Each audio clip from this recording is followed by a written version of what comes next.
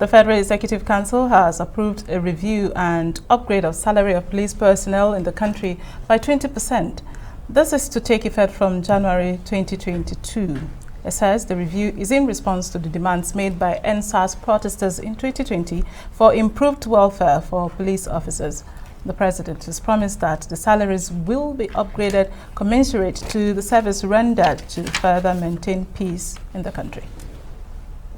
The take-home pay will be enhanced through the improvement of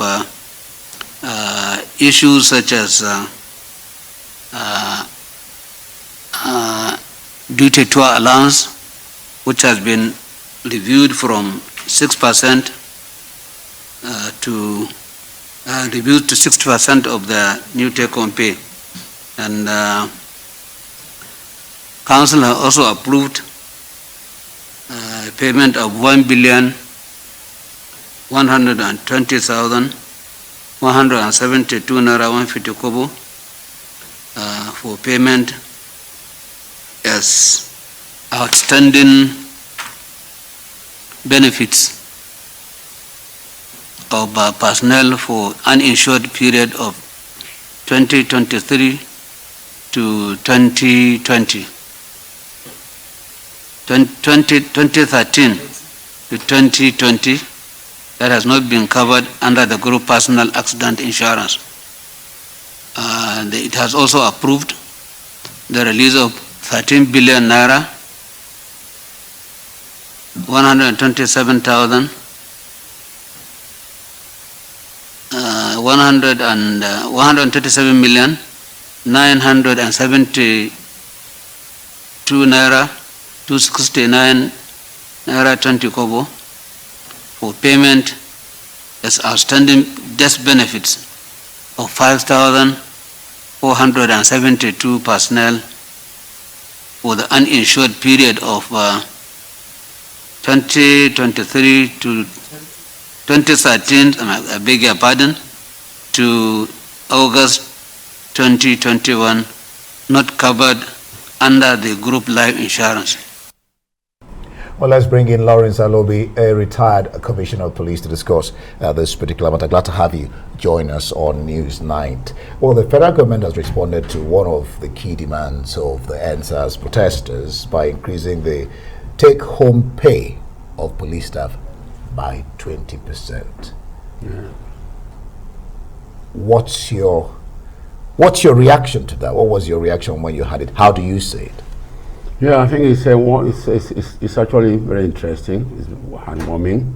Essentially, I was one of those who were in the forefront of fighting for the welfare of the police. At least I was National Assembly when the Police Trust Fund was being fought for, when the new Police Act and so forth. We've been clamoring for this increase, and I'm happy that Mr. President has given a listening ear to the pathetic situation of the Nigerian police force. The Nigerian police force is the poorest paid in the whole of Africa. I don't want to talk about developed countries like Europe and America. It's very interesting, very, very gladdening to hear this. And I said I'm happy that Mr. President has now given a listening ear to the plight of the police.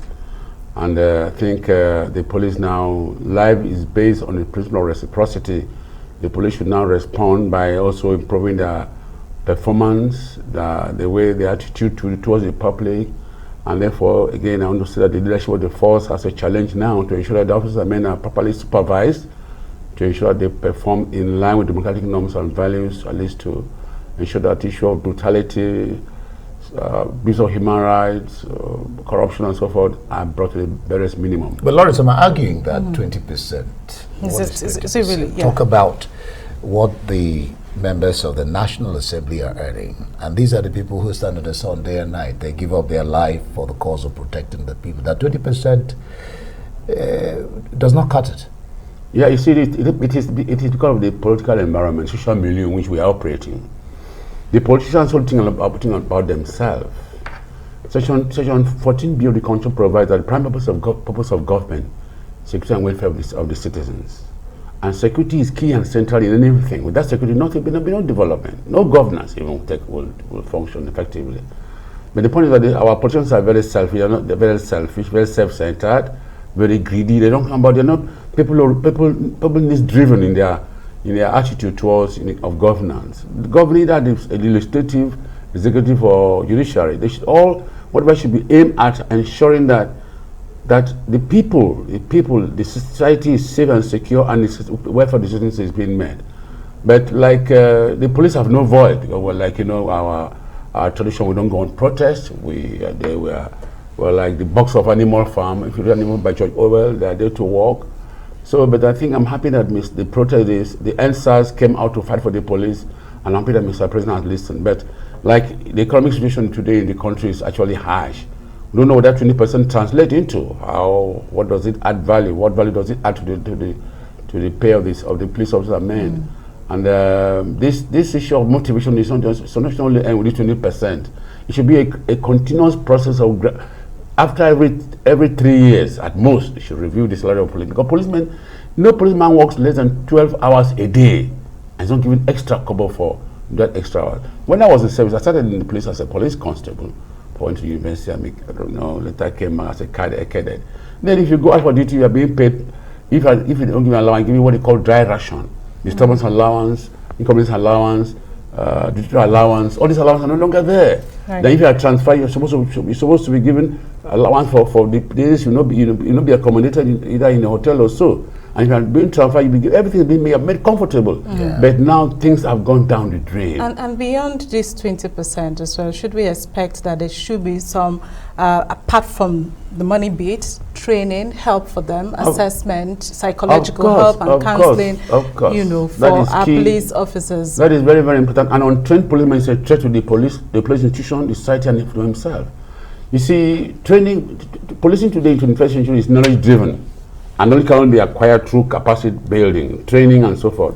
So the government should emphasize on training. The leadership of the police should also emphasize on training, because when the policeman is well trained, he builds capacity. He knows his limits and the powers and how to enforce those powers. Police are not policing. They're not policing animals or wood. They're human beings.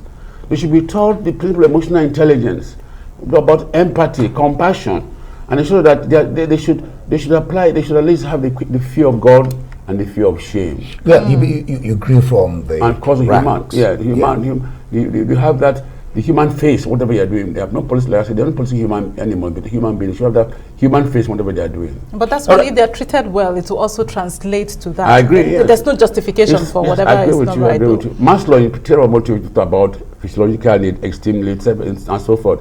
This is part of the physiological needs. Social needs. How does society see the police? Does the society encourage the police? And they just to be is the most unlatched institution in the country. But then they work 24/7. Nobody appreciates the police. That's why I want to recommend. Before let me ask. This is very important.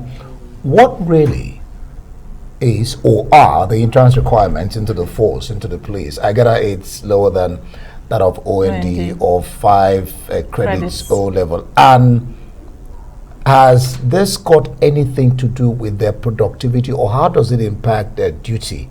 Any correlation? Yeah, academic standard also contributes. If you cannot take an illiterate. Policing is not only meant for illiterates usually, because as a policeman you apply psychology, you apply sociology, you apply social welfare principles. Because you arrest somebody, you have to apply what you reason in saying that this person reasonable grounds before you can effect an arrest. If you can arrest, how do you treat the suspect? How do you investigate? How do you all these are all things that require some intellectual capacity, not just for non-entities, not just to cock and shoot and so forth. So what are you suggesting? Properly trained. So for me, I recommend the principle of democratic policing. You see, experts in policing have established that policing in any country is based on the type of government in that country. We had a colonial administration, we have colonial policing, which is abuse of human rights and so forth. Where the military they came to the bar of the god, they were not elected the people, they're not accountable to the people. Police should know they are accountable to the citizens. So the police now should be police that will imbibe democratic norms and values, and policing in committing to democratic norms and values. All right. We'll leave it there. Thank you so much, Lawrence Alobi, former Commissioner of Police, on how to improve